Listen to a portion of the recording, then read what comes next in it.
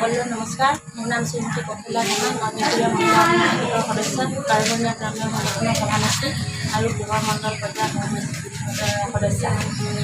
আমি মাতৃ দুগ্ধপান জন্ম হোৱাৰ লগে লগে আমি মাতৃ দুগ্ধপান কৰাব লাগে। দুগ্ধপান কৰাৰ ক্ষেত্ৰত ল'ৰা ছোৱালী বহুত বেমাৰ আজাৰ নোহোৱা হয়।